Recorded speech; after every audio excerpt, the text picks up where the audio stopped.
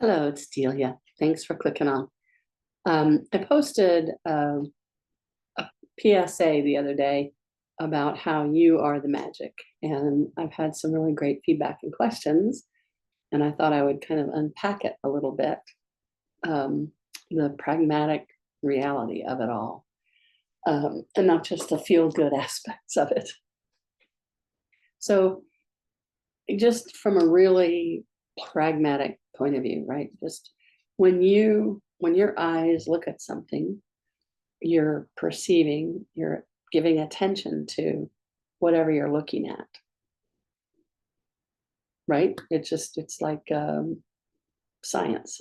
You just whatever you're looking at, that's what you're giving your attention to, what you're engaged in.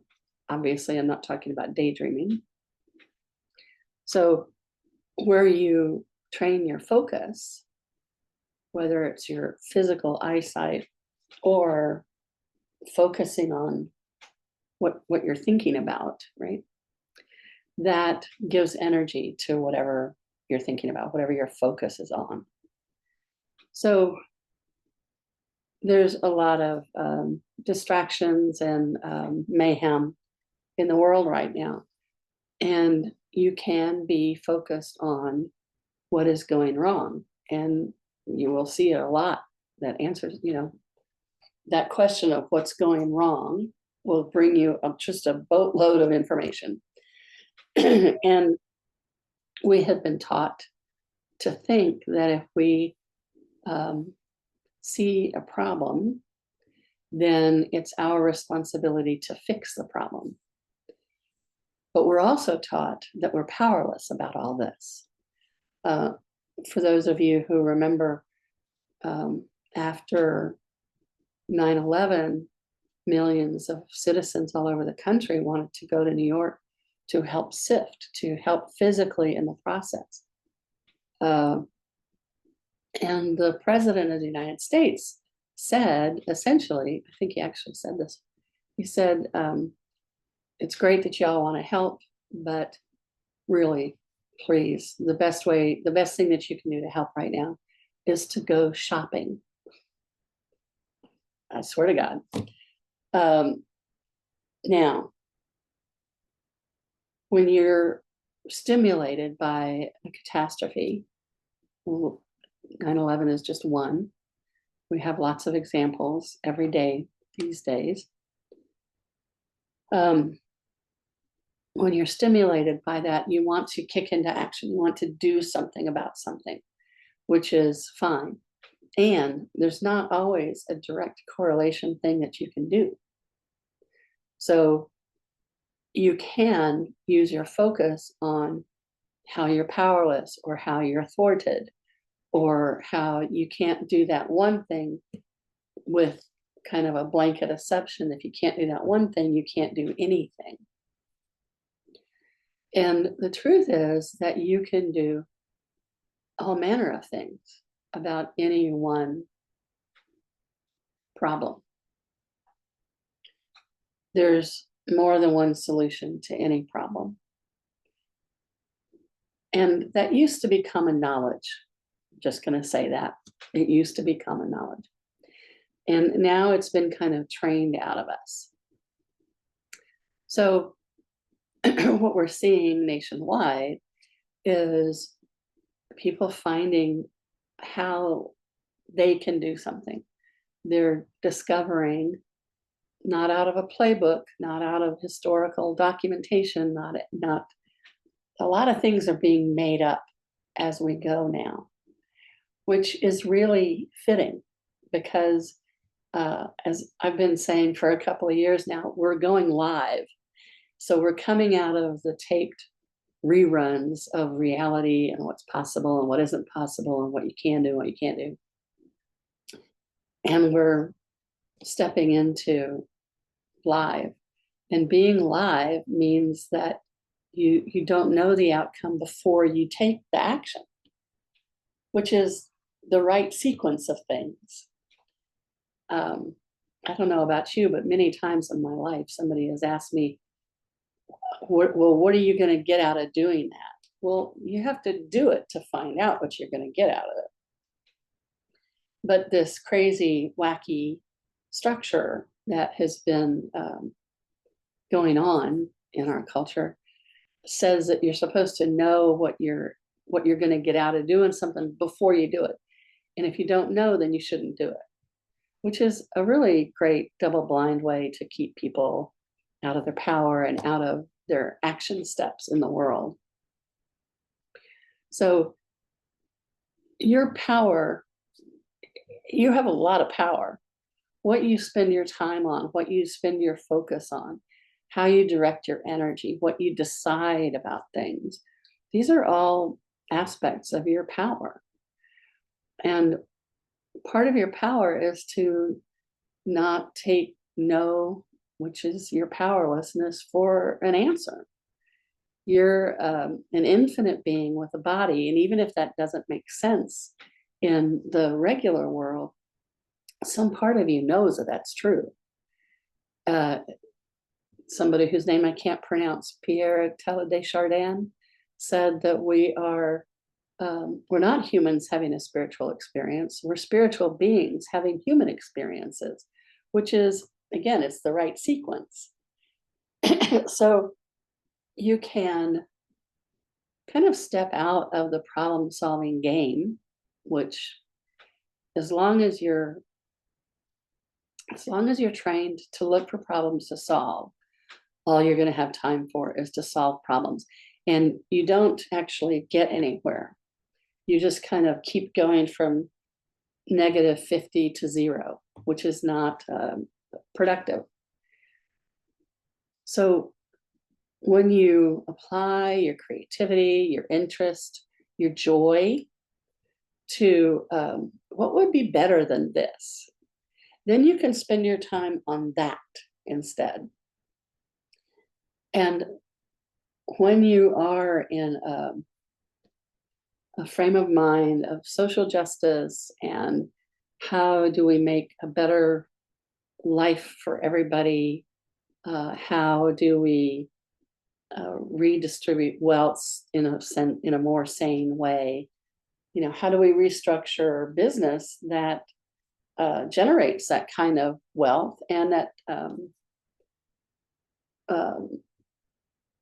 supports and validates that kind of psychopathic thinking, right?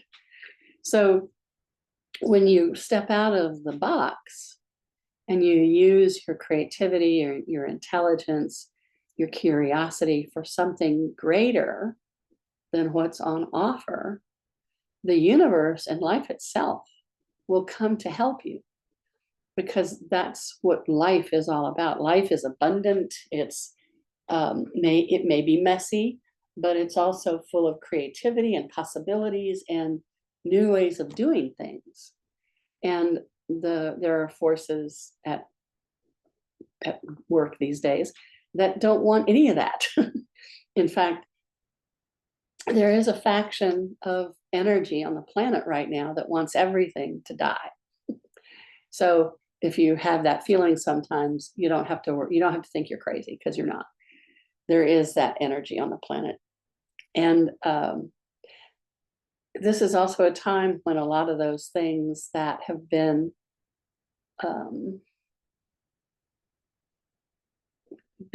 working towards nihilism, because there have been, it's time for all of that in that control game and that domination game. It's time for all of it to end. And there's a lot of parts of this particular struggle and transformational time that we're in that humans don't really have a lot to do with. So it's best to stay with what can you do. And by that, I mean, what is in your sphere of influence? What's in your physical world? If you live in the United States and you don't know anybody in the Ukraine, it's naturally you care about what's going on in the Ukraine. But if you can't physically do anything about it, you're setting yourself up for a lot of anxiety, and you're completely distracted from what is in front of you that you can contribute to making greater. So the more you can be present right here, right now, wherever that is, and the more you can use your awareness. What are you looking at? What do you see as wrong right in front of you that you could see being better? And there's millions of examples of this.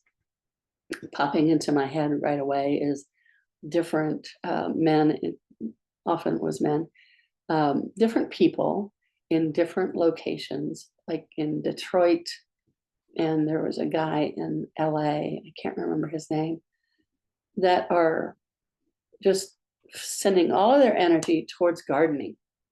And they're gardening in little patches here and there. They're guerrilla gardening, between the curb and the sidewalk, to grow food and plants, flowers. But the purpose is to grow food so that nobody has to be hungry. And there are parts of Detroit that have been, large city block areas that have been cultivated into farms. And anybody can participate in the maintenance and the, weeding, but also anybody can come and get food. And, and the byproduct of an action like that is you build community. And then once you have community, a lot of this stuff can't happen. It just can't. No one would put up with it. There had to be a successful campaign to break down community, and there has been. And we are social beings. We just are. And we need to create new ways of coming together, not top down, not hierarchical, but we, the kingdom of we, people coming together and caring about each other. Like I saw a meme on Facebook about, let's run the country like a family instead of like a corporation. Now, I know there's a lot of family trauma has happened to any number of us. I'm not saying we want a trauma system. I'm saying we want a collaborative, cooperative world where we help each other, where we don't wound each other, where we can be together, because being together is a big part of healing for all of us. So when I say that you are the magic and you are the miracle, you are the superpower, I mean literally what you focus on grows, and what you focus on inspires you into action, and what your action steps are contribute to the physical world you experience. With the meditation practice, with energetic practices, you can have such a sense of connection with your higher self and the universe, your guides and angels, that your body doesn't feel like it's just in it by itself and, oh my gosh, there's nobody to protect or defend, because your body is connected, your consciousness is connected with your infinite self. And there's nothing can trump your infinite self. Nothing is greater. Because your infinite self is not your body personality. It's the part of you that's never left the all that is. It's really potent. And the more body can feel and experience that, the less fear body has. And the less fear body has, the better your judgment, the better choices you make. So you actually are magical, and you are potent power, living in a world that says that you're not. which is kind of crazy making. But there are pragmatic ways that your attention, your focus, what you care about, and the actions that you take, and how you speak to others, and how you speak to yourself. These are very powerful things. And they do change life as you know it for the good. So when I say that you are the magic and you are the miracle, it's not an exaggeration, and it's not emotional, placating. It's real. So hope that clears things up, and I'd love to hear your comments and how things are, how things go for you when you start to act as though you are the miracle and the magic in your own life, and by extension in the world. Thanks for being here.